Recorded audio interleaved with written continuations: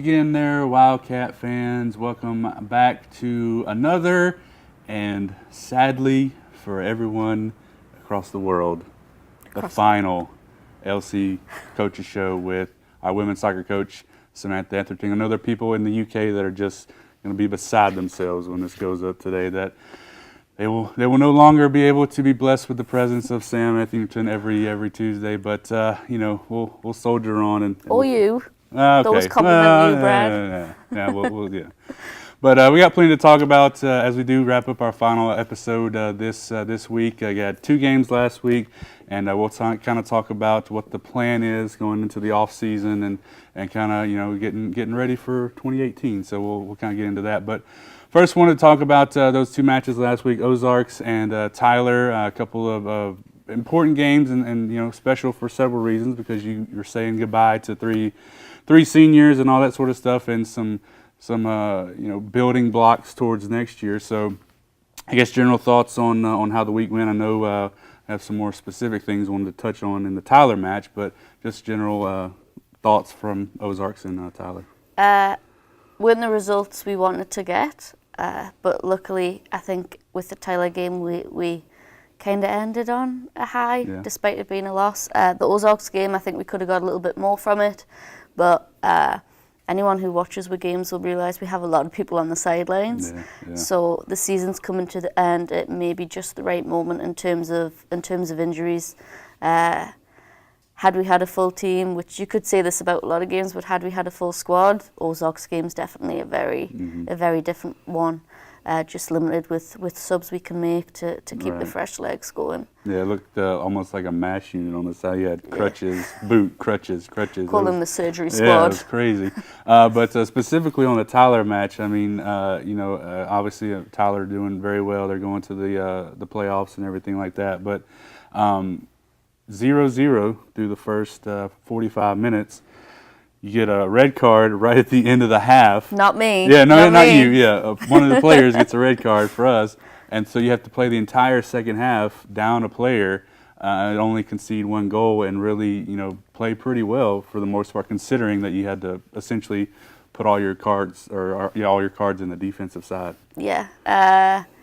We got a red card with 3 seconds left. The yellow card came maybe 2 minutes before. There was a whole build up to that. Partially referee, partially player fault. But yeah, at half time, I told them we were very lucky to go in 0-0 because they had hammered us. Shot after shot. Haley made some great saves. Coming out, it just looked like the girls were a bit surprised at how fast the other team played. So yeah, at half time, told them that they were lucky.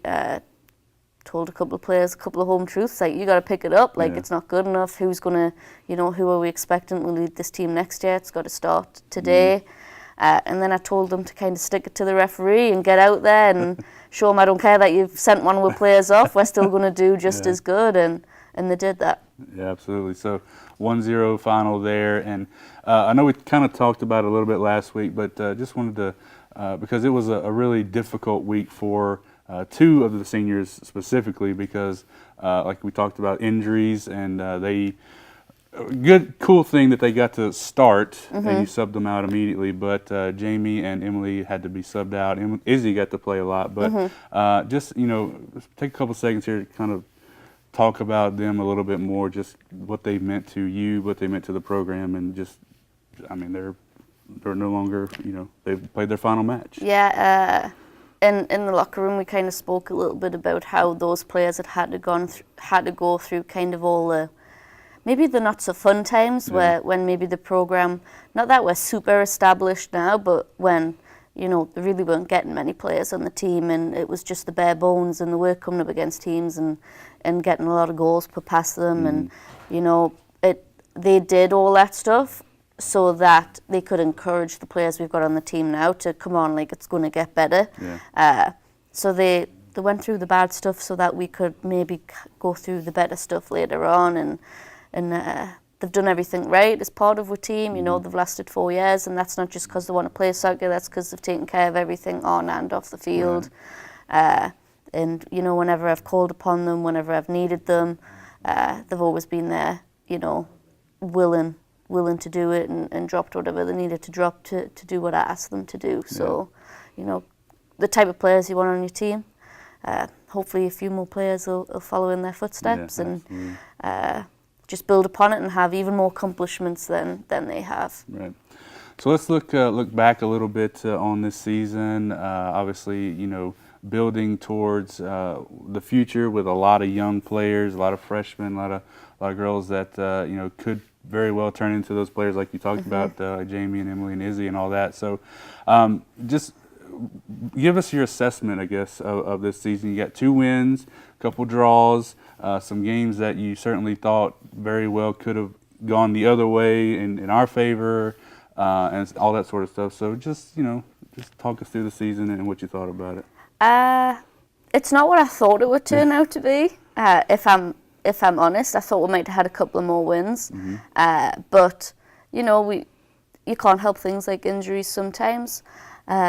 There's games that are heartbreakers. If you think of like Sul Ross, like we spoke about this a bit yesterday because we were talking about the highs and lows. You know, we've got the highs with the wins, we've got the lows with those games where we thought we should have performed better and we didn't. You know, maybe like the Laterno games, and then you've just got your heartbreakers like Sul Ross. You work for like 110 minutes, and it gets snatched away from you last minute. But we have a lot of things we can build upon. I'm big at kind of looking at stats from this season and last season, and you know, we cut our goals against in half with pretty much a freshman back line. And then we scored more goals than last year. I know we didn't score many goals this year, but it was more than last year. So we just got to get the little victories where we can, and we're only losing 3 seniors, so I think that's a huge thing to build upon. And you know, I told the team as well, when you guys were recruited, like, you've seen our schedule, you've seen our like the past results, you've seen our roster. So if you guys thought we were going to go 20-0 this season, then that was quite foolish.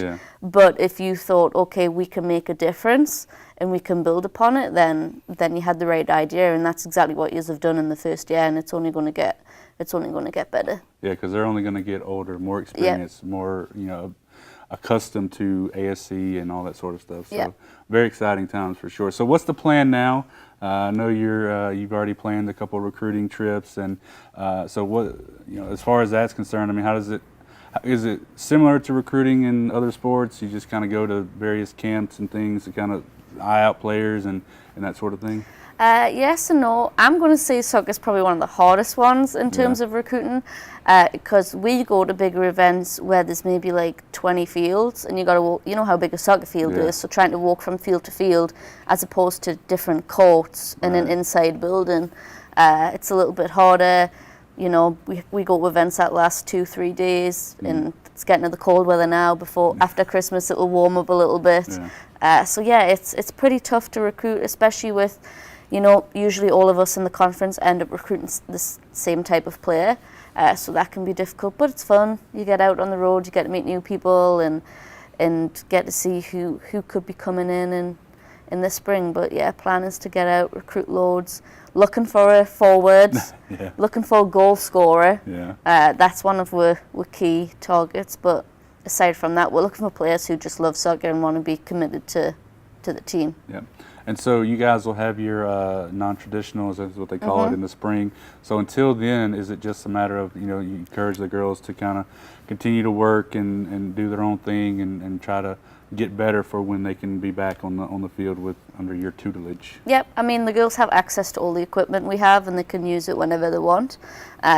They just have to get together as a team and figure out times that works best for them. And the past couple of seasons have been pretty good at that, you know, getting in smaller groups, and when they have a class period that's free, they'll get out and they'll do some type of workout, whether it's on the field, in the gym.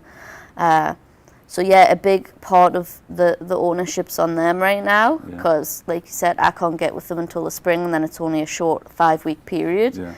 So we've got to be quite crafty in terms of getting everything set up for them before the spring, and then kind of letting them get on their way.